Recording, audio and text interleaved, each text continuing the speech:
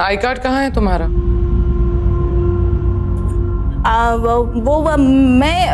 Ma'am साहब भूल गई। हर बार एक नया बहाना। ध्यान कहाँ रहता है तुम्हारा? जो मैं कहती हूँ एक कान से सुनती हो, दूसरे कान से निकाल देती हो क्या? क्या मैम साहब, मैं इतने घरों में काम करती हूँ ना कि मुझे किसी ने ना आज तक आई कार्ड पूछा ही नहीं। दूसरे जो गलती करते हैं वो मैं भी करूं? तुम्हें पता नहीं है कि पुलिस के एनओसी के सिवा किसी को भी काम पे रखना कानूनन गलत होता है। मैम साहब, ये कानून वानून की बातें ना मुझे समझ में नहीं आती। और आपको शक्ल से मैं चोर नहीं लगती हूँ? हाँ, किसी के चेहरे पे थोड़ी लिखा होता है कि वो एक चोर है या साहूकार। और सही तो कह रही है। वैसे भी आजकल की दुनिया में किसी पर भरोसा करना इतना आसान नहीं होता है। मैम साहब, इस किट किट करने वाले घर में ना मुझे काम ही नहीं करना। जाती हूँ मैं। अरे क्या नाटक है इसके। जाने दो ना, किसी और को रख लेना, शायद इससे अच्छे मिल जाए। बेटा आजकल कुछ भी मिलता है, मेड्स नहीं मिलती। ईशा। नमस्ते आंटी। नमस्ते बेटा। तो फाइनली ये तो मैं घर ले ही आया। आंटी मेरी बहुत जिद करने के बाद लेके आया है आज। मेरा बेटा ना है ही बिल्कुल ऐसा। अच्छा, तो आप दोनों मिलके अब मेरी ही क्लास लेने लगी। अब तक तो माँ थी, अब तुम भी इनकी तरफ हो गई। अब दोनों मिलके मेरा क्या हाल करेंगे। मैं तो जा रहा हूं भाई।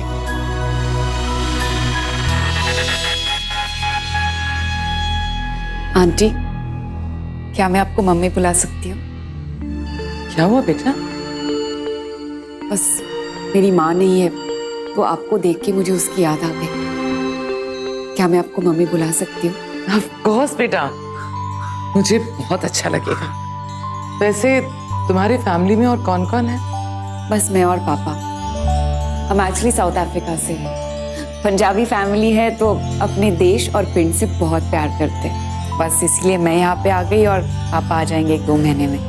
That's really sweet। क्या क्या सोचा था मैंने कि पहली बार जब तुम घर आओगी मैं अलग अलग डिशेस बना के तुम्हें खिलाऊंगी। ये मेड भी ना। मम्मी रहने दीजिए, मैं हूं ना, आप बैठिए, मैं खाना बनाती हूँ आपके लिए। अरे क्या बात है माँ, भगवान ने आपकी सुन ली। वैसे मैंने कहा था ना कि आपको बहुत जल्दी अच्छी काम वाली मिलने वाली है। अच्छा बच्चों, काम वाली, चलो एप्पल वहां रखो और काम में मेरा हाथ बटाओ। मम्मी आप बैठिए, हम खाना बना के लाते हैं। चलो। सुनो, मुझे खाना बनाना नहीं आता। कोई बात नहीं, मैं तुम्हें सिखा दूंगी। अरे लेकिन चलो।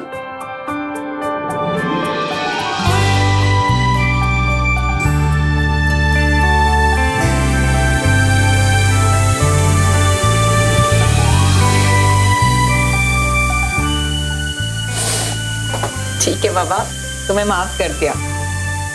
बैठो वहां पे, मैं खाना बनाकर लेके आती हूँ। थैंक्स यार, थैंक यू सो मच। खाना बनाना परफेक्ट फॉर अ फैमिली। सुशील, संस्कारी। वरना आजकल की मॉडर्न लड़कियां ये सब कर पाती हैं क्या?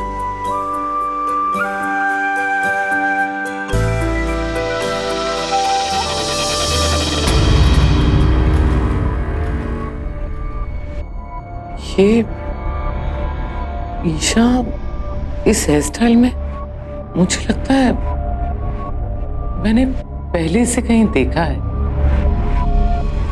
माँ, ईशा तो कुछ ही दिन पहले साउथ अफ्रीका से इंडिया आई है। आपको कोई गलतफहमी हुई है। नहीं बेटा, आई एम वेरी श्योर मैंने पहले से देखा है, शायद न्यूज़पेपर में।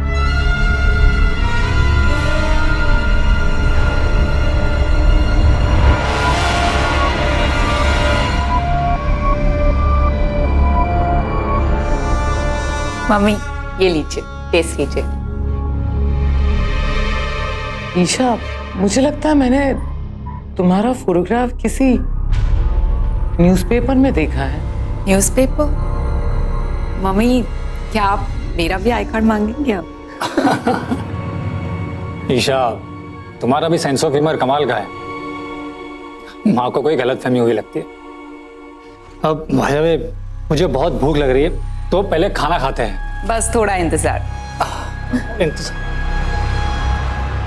मैं तो शुरू कर देता हूँ।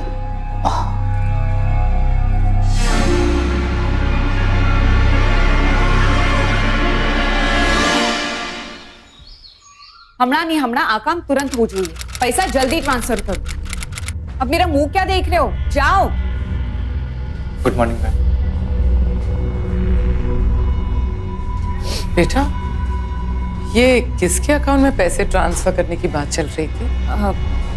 मम्मी एक्चुअली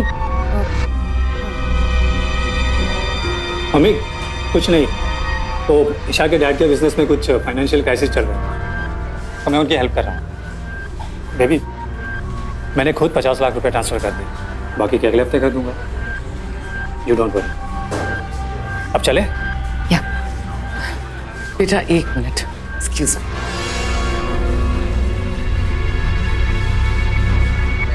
बेटा, मुसीबत में अपनों की मदद करना अच्छी बात है, लेकिन परायों पे इतना भरोसा करना ठीक नहीं है। ईशा अब तक तुम्हारी पत्नी बनी नहीं है, और फिर माँ, आप ही कहती है ना कि रिश्ते बनाने से बनते हैं, और मन के बंधन से बने रिश्ते कागज के रिश्तों से ज्यादा मजबूत होते हैं। और वैसे भी आज सुबह ही मैंने ईशा को प्रपोज किया है, इसलिए वो अब पराई नहीं है। ईशा, वो सब तो ठीक है बेटा, लेकिन मम्मी, आप मुझे आपका आशीर्वाद दीजिए ताकि आपकी बहू बनकर मैं आपकी सारी परेशानियां दूर कर सकूं।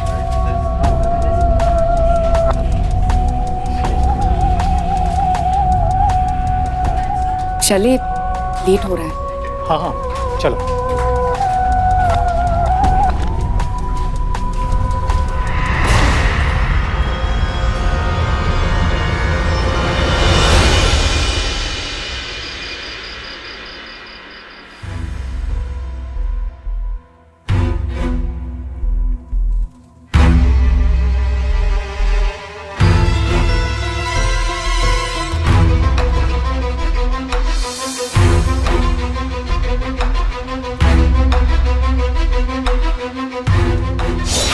हमारा आ काम तुरंत हो जाइए, पैसा जल्दी ट्रांसफर करो। अब मेरा मुंह क्या देख रहे हो, जाओ।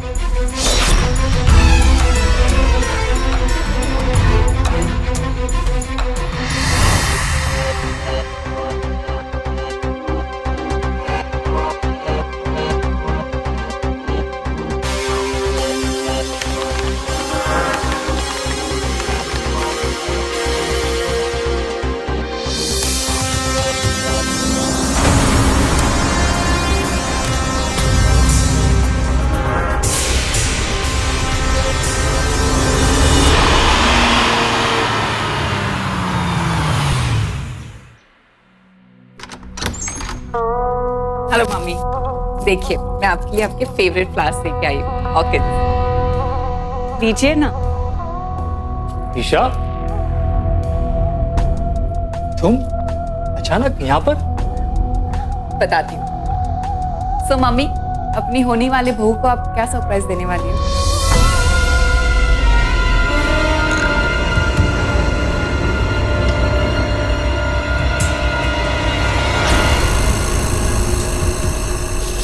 ये कौन है? ये मैं नहीं हूँ। ये सब नकली है। इन पिक्चर्स में ये लड़की मैं नहीं हूँ, पता है मुझे। ये मेरी तरफ दिखती है, मेरी हमशक्ल है। प्लीज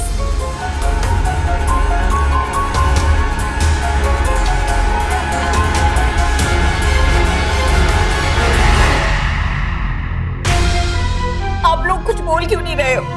सच में ये लड़की मैं नहीं हूँ, मेरा यकीन कीजिए। अगर आप लोगों को यकीन नहीं है तो मैं जा रही हूँ। ईशा, ईशा, ईशा मेरी बात सुनो। ईशा,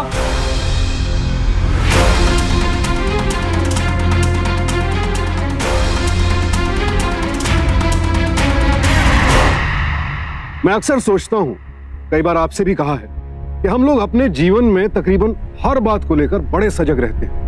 कपड़े क्या पहनने हैं, खाना पीना क्या है, कुछ खरीदारी करनी है तो अच्छी तरह से ठोक बजाकर जांच पड़ताल करने के बाद ही सामान खरीदते हैं। यहां तक कि किसी को अगर काम पर रखना है तो बिना परिचय पत्र यानी आइडेंटिफिकेशन के हम उसे अंदर भी नहीं घुसने देंगे। तो फिर जब बात रिश्तों की आती है, हम क्यों भावनाओं में बहकर गलतियां कर बैठते हैं? यानी जहां सबसे ज्यादा सजग रहने की जरूरत होती है वहीं हम चूक कर बैठते हैं।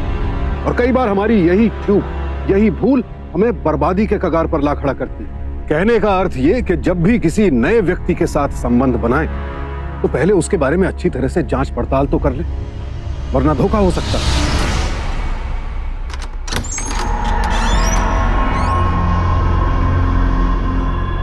ईशा, ईशा कहाँ चली गई थी?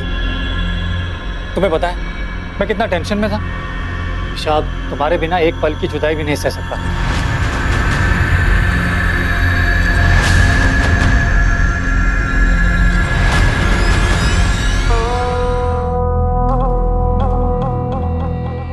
क्या तुम्हें मुझ पर भरोसा है? क्या तुम्हें लगता है वो न्यूज़पेपर वाली लड़की मैं हूं? मैं तुम पर पूरा भरोसा करता हूँ। वो लड़की तुम नहीं हो। क्या तुम्हें मुझ पर सच में भरोसा है? हाँ ईशा, सच में। ईशा, तुम मेरी जिंदगी हो। क्या तुम मेरे लिए कुछ भी कर सकते हो? हाँ। तो ठीक,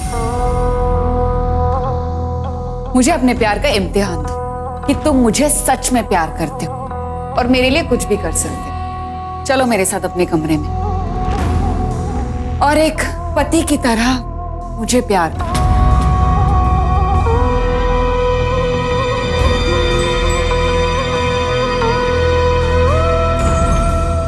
सोच लो, वरना मैं तुम्हारी जिंदगी से हमेशा के लिए चली जाऊं।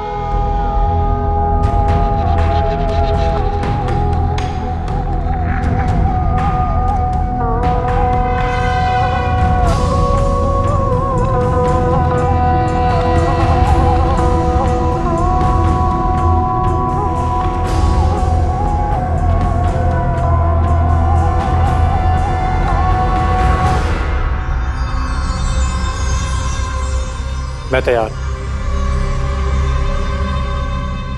नहीं, नहीं बेटा। तो आज से मैं तुम्हारी पत्नी बनकर अपने आप को तुम्हें सौंपती हूं।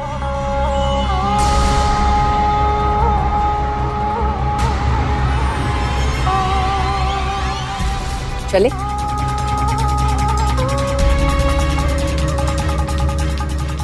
बेटा ऐसा मत करो, पछताओगे।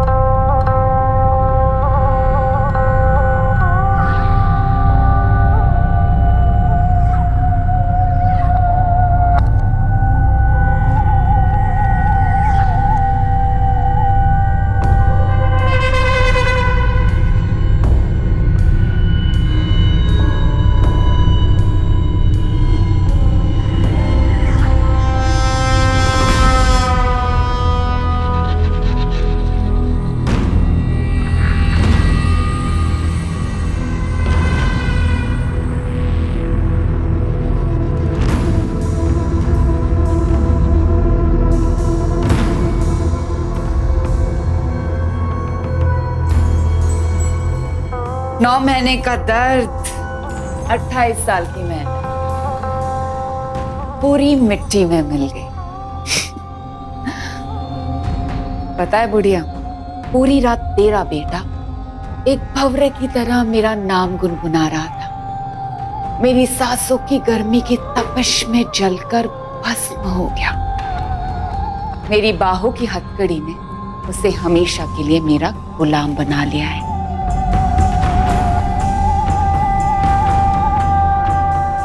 तेरी नफरत से ज्यादा मेरी मोहब्बत में ताकत है।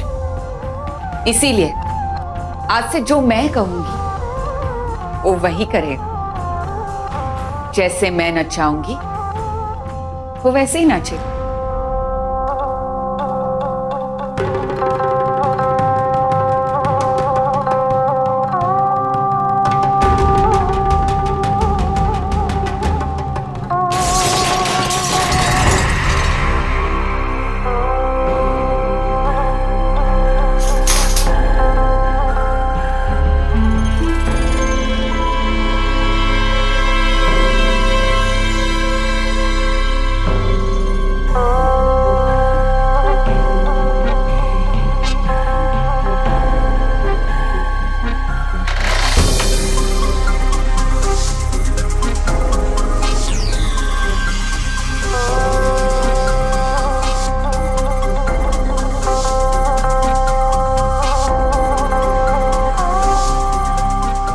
एक माँ अपनी बेटी की खुशी के लिए अपनी जिंदगी दे सकती है, पर तू एक लालची माँ है जो अपने स्वार्थ के लिए उसे अपने साड़ी के पल्लू से बांध कर रखना चाहती है।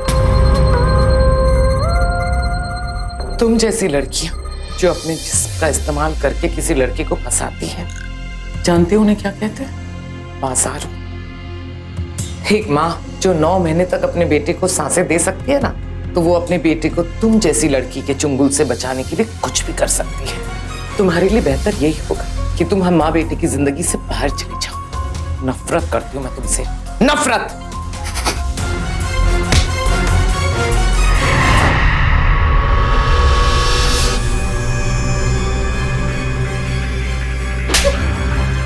माँ,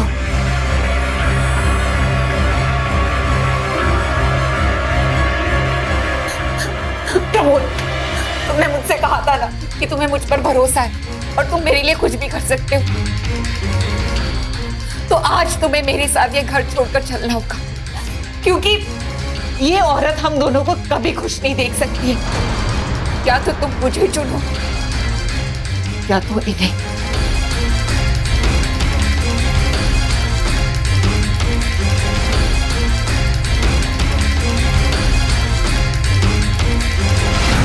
बेटा, तूने पूरी बात नहीं देखी बेटा।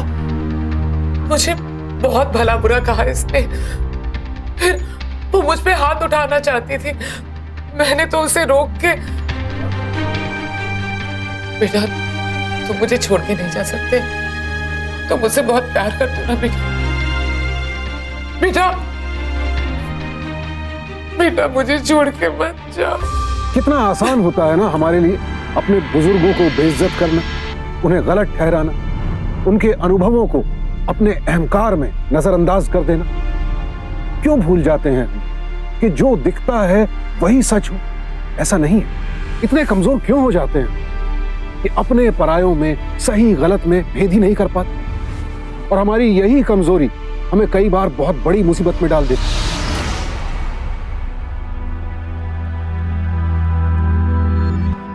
बेटा, अभी भी नाराज हो मुझसे?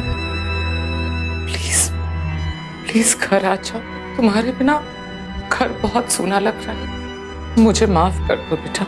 अगर आप चाहती है कि मैं घर वापस आ जाऊं, तो आपको मुझसे नहीं, ईशा से माफी मांगनी होगी।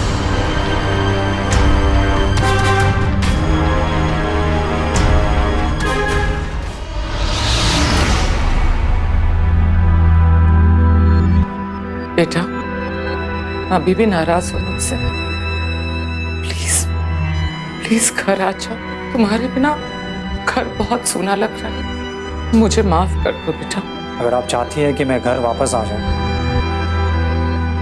तो आपको मुझसे नहीं, ईशा से माफी मांगनी होगी। ठीक है, जैसा तुम चाहते हो वैसा ही होगा, बस तुम घर आ जाओ प्लीज।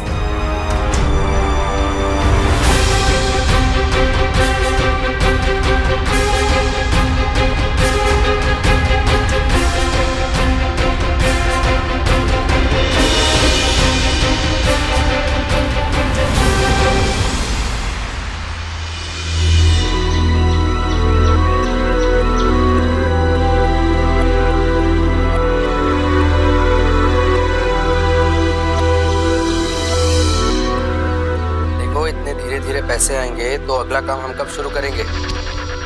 काम में तेजी होनी चाहिए, समझी? लगता है जिस काम के लिए तुम्हें भेजा था उसमें कम और उस लौंडे में कुछ ज्यादा दिलचस्पी ले रही। ऐसी कोई बात नहीं, वो बुढ़िया मेरा रास्ता काट रही थी, पर अब मैंने उसे ऐसा सबक सिखा दिया है ना कि कभी मेरे रास्ते में नहीं आएगी। Everything is under my control. और उसका वो बेवकूफ बेटा, वो भी मेरी जाल में पूरी तरह से फंस गया है। उसकी दौलत हमारी। अगली ट्रांजैक्शन बड़ी होनी चाहिए। डन।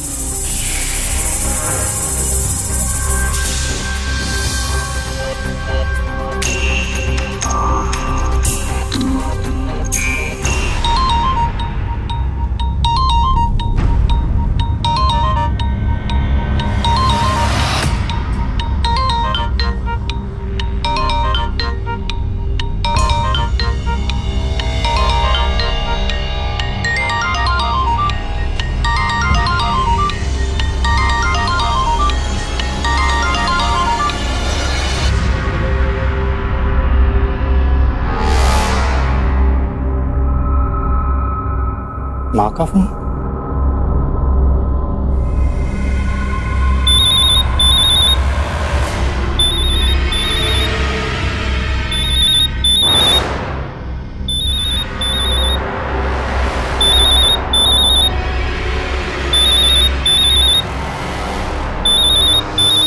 हेलो, हाँ माँ, आपने फोन किया था?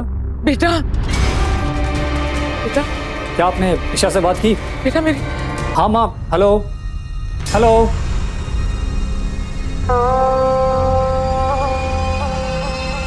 The number you are trying to call is currently switched off. Please try again later.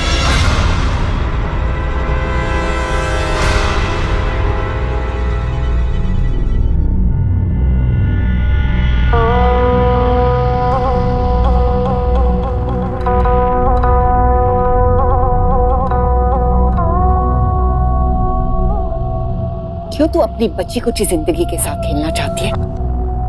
जब तूने मुझे पहचान ही लिया फिर भी इतनी बड़ी बेवकूफी।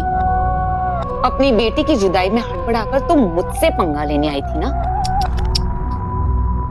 शायद तुझे पता नहीं है कि जेल के छूटने के बाद मैंने ऐसे 2 लोगों को और बर्बाद कर दिया था। और तेरा बेटा, सॉरी, तेरा बेवकूफ बेटा मेरे लिए तो सबसे बड़ा शिकार है। मैं उसे कैसे जाने दूं? इसीलिए तुझे आज मरना होगा, क्योंकि मुझे करोड़पति बनना है, समझी तू?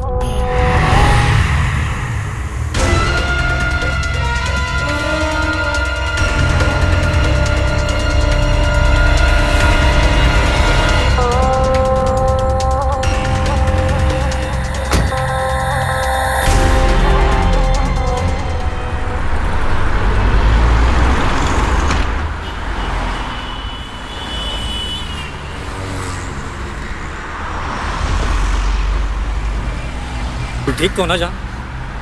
मैं ठीक हूँ, और अब जो मेरा हीरो मेरे पास आ गया है, वो चोर मेरे हाथ लग गया ना तो मैं उसे छोड़ूंगा नहीं। मैं कितना लकी फील करती हूँ अपने आप को कि मुझे तुम जैसा प्यार करने वाला मिला। चलो अब पुलिस स्टेशन जाके कंप्लेंट लिखवा दो। अब नहीं, रहने दो। मेरा मतलब है कि अब मेरा रिच पति ऐसे थोड़े पैसों के लिए पुलिस स्टेशन जाएगा, अच्छा नहीं लगता है ना।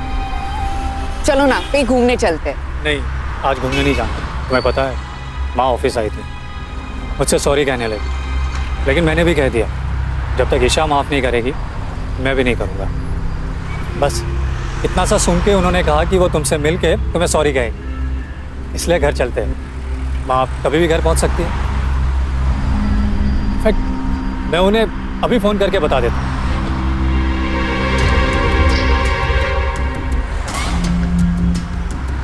कमाल है, अब तक तो रिंग जा रही थी। क्या माँ ने तुम्हें फ़ोन किया था? नहीं, पूरा दिन तो मैं शॉपिंग कर रही थी और फोन तो मेरे हाथ में ही है। ठीक है, घर चलते हैं।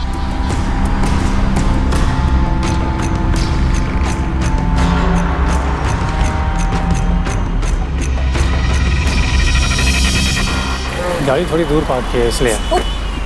अरे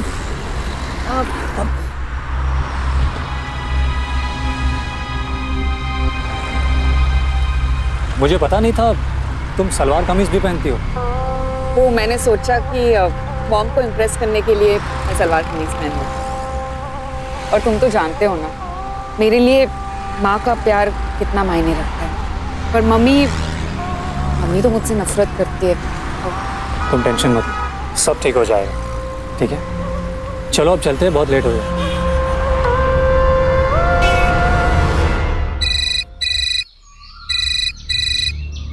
हेलो, नमस्ते आंटी जी, मैं प्रमोद बोल रहा हूँ। क्या माँ आपके घर आई थी? नहीं बेटा, क्या बात है? कुछ नहीं, उनका फोन स्विच ऑफ आ रहा था इसलिए थोड़ी चिंता हो रही थी।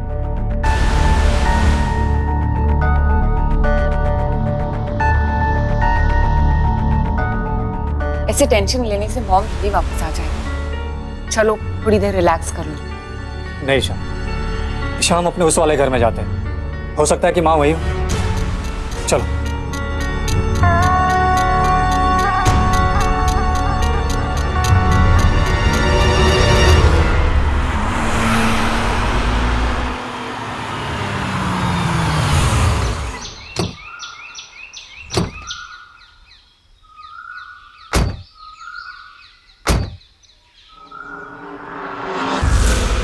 लॉक? मतलब यहाँ पर भी नहीं? तो कहाँ गई हुई? ऑफिस से तो यही कहकर गई थी कि वो तुमसे मिलने जा रही। मैं फोन लगाता हूँ। The number you are trying to call is currently switched off. Please लग रहा है फोन। नहीं ईशा, अब मुझे चिंता हो रही। हम पुलिस स्टेशन जाकर कंप्लेंट लिखवा दें। तुम पुलिस स्टेशन जाओ, मैं यहीं पे रुकती हूँ, शायद मम्मी यहीं पे आ जाए। ठीक है, हम लोग फोन पर टच में रहें।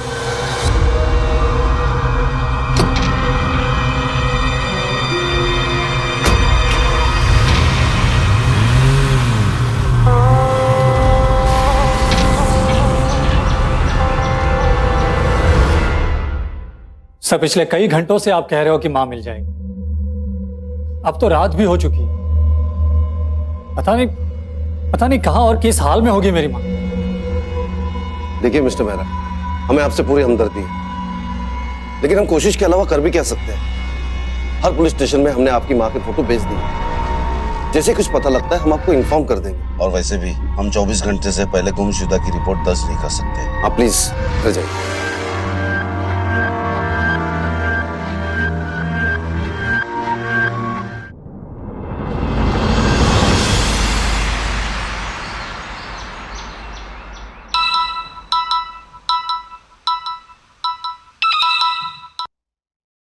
हेलो,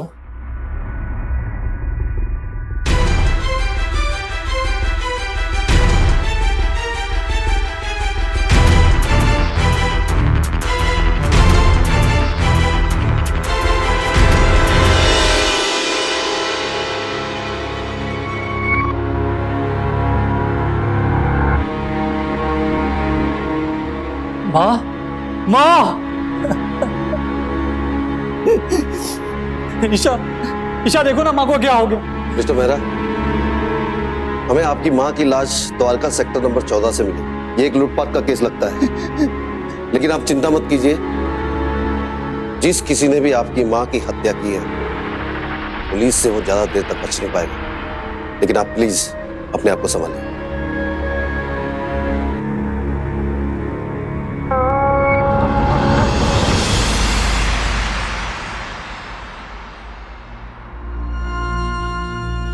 ये सब मेरी वजह से हुआ है। ना तुम घर छोड़ते और ना ये सब कुछ होता। इसमें तुम्हारी कोई गलती नहीं। गलती तो मेरी है, जो मैं ही मां को समझ नहीं पाया। जाने वाले तो चले जाते हैं, पर पीछे यादें छोड़ देते, और ये यादें दुख के सिवाय और कुछ नहीं देते। तुम कब तक घर पे बैठे रहोगे? एक दिन ऑफिस तो जाना ही पड़ेगा ना। ईशा, मेरा किसी भी काम में मन नहीं लगता।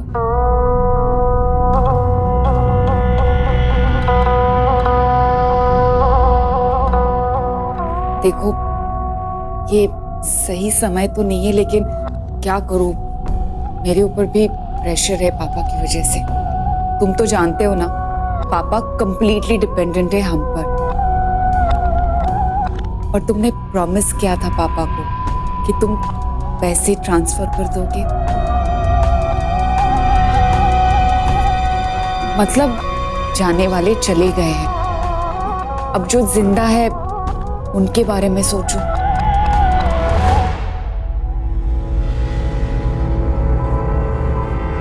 तुम सही कह रहे हो। मुझे अपने आप को संभालना होगा, और वैसे भी अब तुम ही मेरे जीने का सहारा।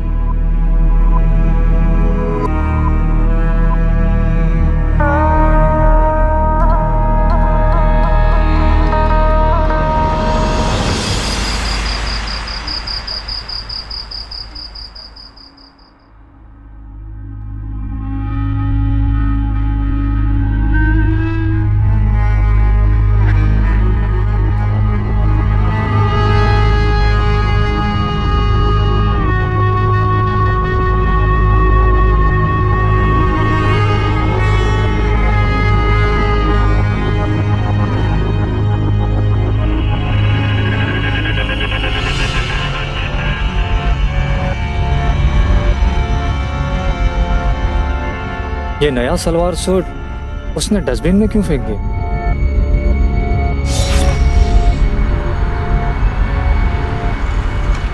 मुझे पता नहीं था तुम सलवार कमीज भी पहनती हो।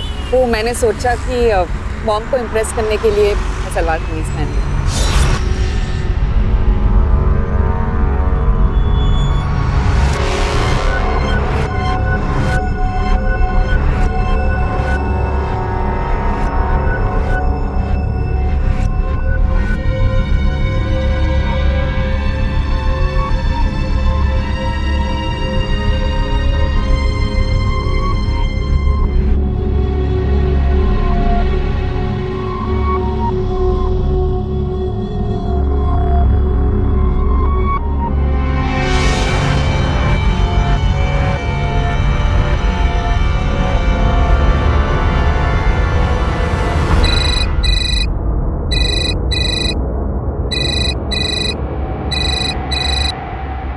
हेलो, आप कौन बोल रहे हैं? मैं कांति शाह बोल रहा हूँ। कौन चाहिए आपको?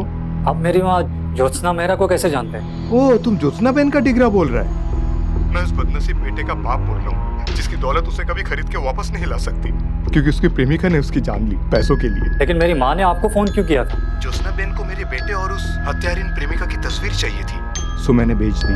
Okay, thank you.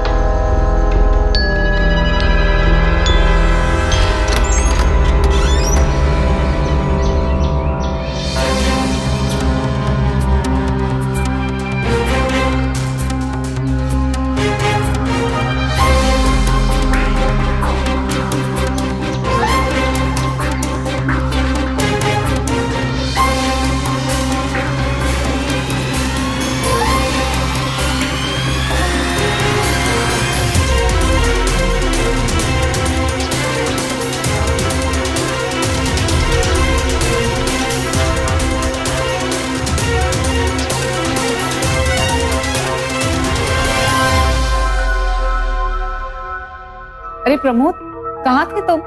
मैं कब से तुम्हारा वेट कर रही हूँ।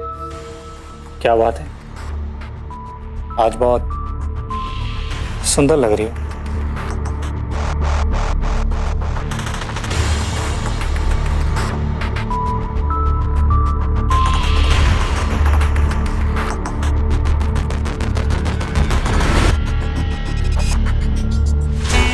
बेबी, वो सलवार कमीज पहनो ना जो मॉम के डेथ के दिन तुमने मॉल से खरीदा था।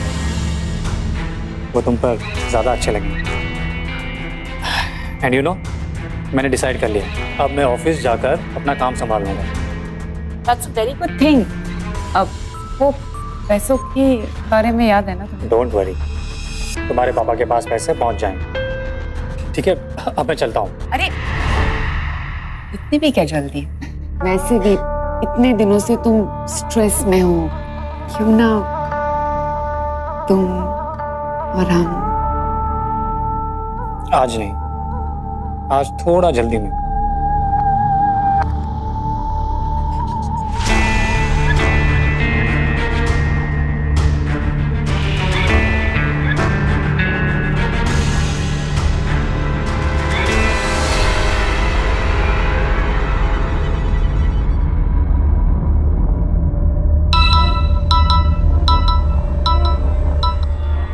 हाँ बोलिए सर।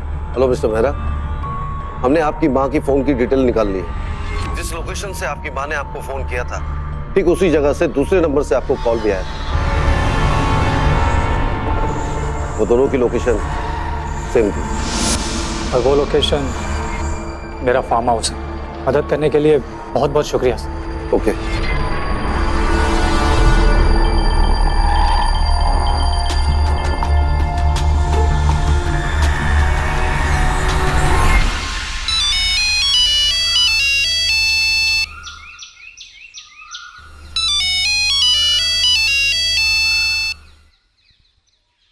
Hi baby. बेबी, मैं ऑफिस के बाद सीधा फार्म हाउस जा रहा हूँ। तुम भी वहीं आ जाओ। मुझे इस घर में माँ की याद बहुत सताती है। I don't understand. अच्छा सुनो, तुमने वो पैसे ट्रांसफर कर दिए ना? Hello baby.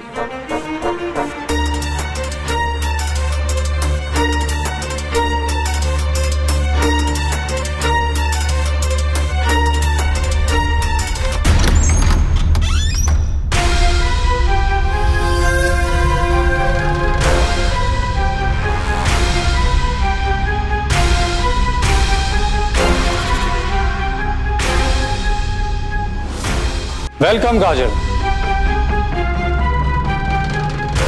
Nice to meet you. Pramod, क्या तुम भी अपनी मॉम की तरह पागल हो गए हो? ये मैं वो लड़की नहीं हूं जो तुम सोच रहे हो। तो बताओ तुम कौन हो? मैं ईशा, तुम्हारी दोस्त, तुम्हारी जिंदगी, तुम्हारा प्यार। तुम सच में पागल हो गए हो। लगता है तुम्हें बहुत बड़ा सदमा पड़ा है तुम्हारी मॉम की मौत का। हाँ, बहुत ही गहरा सदमा, लेकिन मेरी माँ की मौत से भी ज्यादा तुम्हारी बेवफाई का। और वैसे मैंने साउथ अफ्रीका में तुम्हारे पेरेंट्स के अकाउंट्स डिटेल चेक करवाए। वो अकाउंट किसी केतन भंडारी के नाम पर, जो तुम्हारा पार्टनर है और तुम्हारे हर जुर्म का साथ है। हाँ, वो मेरे। बस। वैसे तुम्हें पता है वो केतन भंडारी कहां पर? साउथ अफ्रीका में। गलत। केतन भंडारी साउथ अफ्रीका में नहीं, पुलिस हिरासत में। सब कुछ सच बताता हूँ सब मैंने कुछ नहीं किया सब।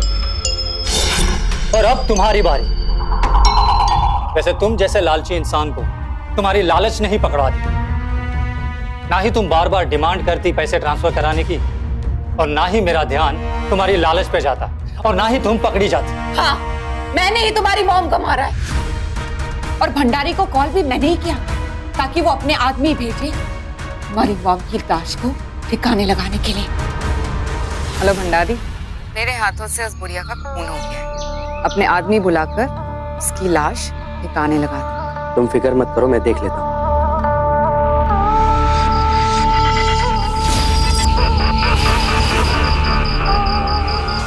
तुम भी वही जाओगे जहां पे तुम्हारी मॉम है।